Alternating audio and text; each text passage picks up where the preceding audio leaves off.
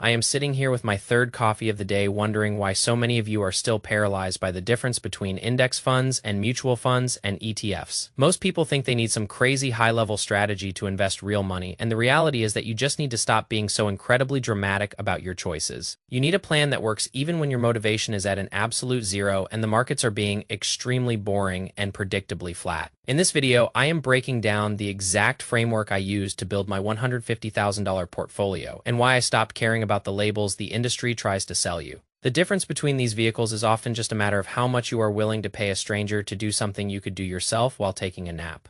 I actually have a degree in finance, but the funny thing is that I did not learn a single useful thing about actual wealth building while I was sitting in those expensive classrooms. When I invested in ETFs for the first time, I realized way too late that they lacked one very specific feature that I actually wanted for my lifestyle of maximum laziness. I had to switch everything over to index funds, and it was a massive hassle that could have been avoided if I had just ignored the hype and focused on the fundamentals. I want to save you from that trouble because life is way too short to spend your afternoons moving money between brokerage accounts because you followed a trend. If you want to understand the soul of these investments and which one actually allows you to ignore the news for the next decade, then you need to pay attention. Before we get into the heavy lifting, you should probably hit that subscribe button because my channel is dedicated to the art of making money while doing as little as humanly possible. I am going to start with mutual funds because they have been around since the 1800s and they are the grandfather of everything we see in the market today. The earliest known mutual fund was invented as a way for a bunch of people to pool their money together so they could pretend to be big-time investors. Mutual funds offer three major benefits that the industry loves to scream about from the rooftops to justify their existence to the masses.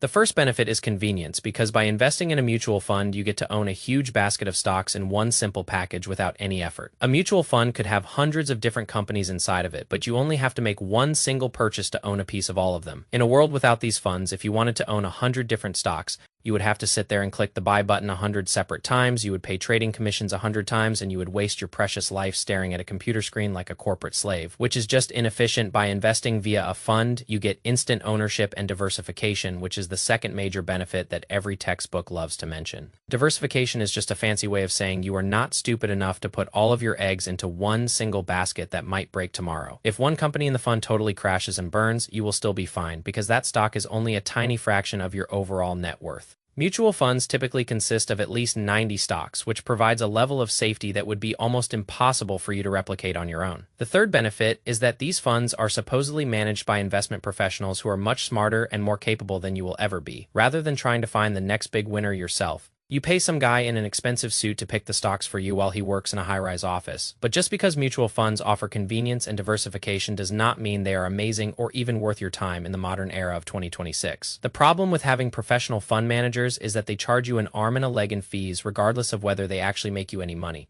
When a professional is picking stocks for your fund, that is called active management, and it is the most expensive way to participate in the stock market. In return for their services, these actively managed funds will charge you an annual fee of 1 to 2% of your entire account balance every single year. If you have $10,000 in a fund, that means $200 goes straight into the fund manager's pocket before you even see a dime of profit. The worst part is that even if the manager makes terrible decisions and your account balance goes down, they still take their 2% like a parasite. You could literally end up with less money than you started with, while the fund manager gets paid millions of dollars for failing to do his only job. Data shows that the vast majority of these professionals cannot even beat the average market return over a long period of time, which makes their fees a total scam over the course of your life. Those tiny percentages will eat up hundreds of thousands of dollars of your potential wealth while you are busy working. Then came the index fund, which changed everything and made the old guard of the financial industry very angry and very nervous. A guy named Jack Bogle got so sick of mutual funds ripping off regular people that he invented a whole new category designed for the common person. Index funds are passively managed, which means they do not need an expensive genius to decide which stocks are good or bad on a daily basis. The fund simply follows a fixed mathematical formula that totally eliminates the need for human ego and greedy decision-making. The formula is based on an index, which is just a representative sample of the stock market used to measure how companies are performing overall. Instead of looking up thousands of individual stocks, you just look at the index to see how the world is doing, and you move on with your day. Jack Bogle created the first index fund in the 1970s, and it simply mirrored the S&P 500, which includes the 500 largest companies in America, since the fund just buys whatever is already in the index. The fees are so low that they are basically invisible to the naked eye.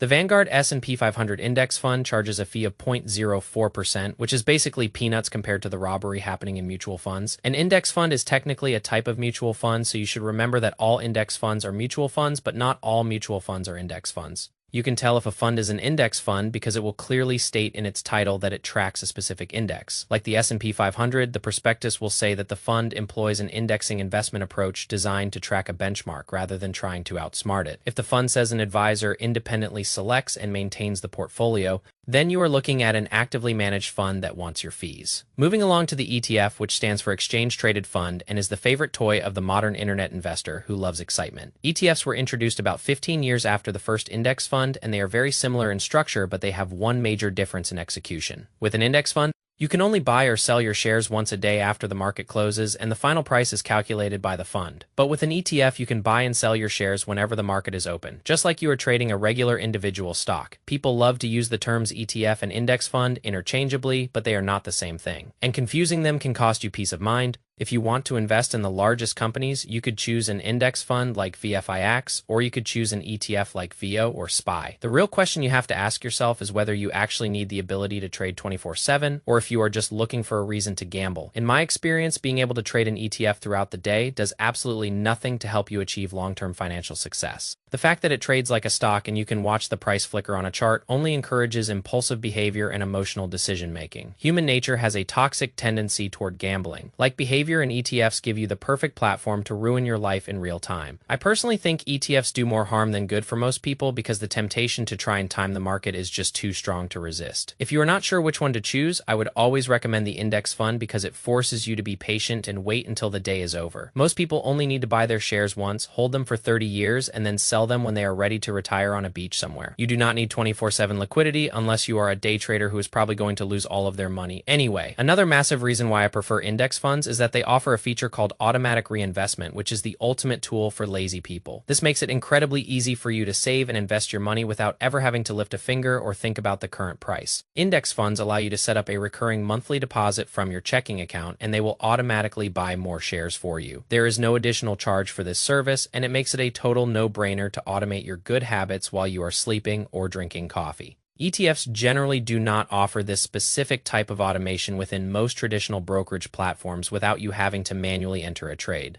If you have to manually buy shares every month, you are introducing the opportunity for your brain to tell you that the market is too high or too low. You will start making excuses to skip a month, and before you know it, you have stopped investing entirely because you thought you were smarter than the math.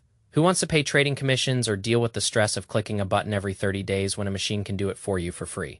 I hope you now have a better understanding of why mutual funds are mostly a relic of the past that exists to enrich fund managers. Index funds came along to save the day with lower fees and a passive approach that actually works for people who have better things to do. The ETF is just the flashy younger brother that offers everything an index fund has but adds the dangerous element of real-time trading. Mutual funds came first to pool money, then index funds perfected the fees, and ETFs added the ability to trade like a degenerate gambler if you want to build real wealth. You should choose the path of least resistance and most automation, which is usually the boring index fund. Stop trying to be a hero and stop trying to find the perfect entry point, because the market does not care about your feelings or your timing. I have $150,000 because I decided to be the most consistent and boring person on the planet while everyone else was chasing returns. If you have any questions about these different vehicles, you can leave them in the comments and I might get around to answering them if I feel like it. You can also follow the journey on social media, but honestly, you should probably just spend that time setting up your automatic contributions. Always remember that your goal should be to go after your dreams unapologetically while your money works for you in the background.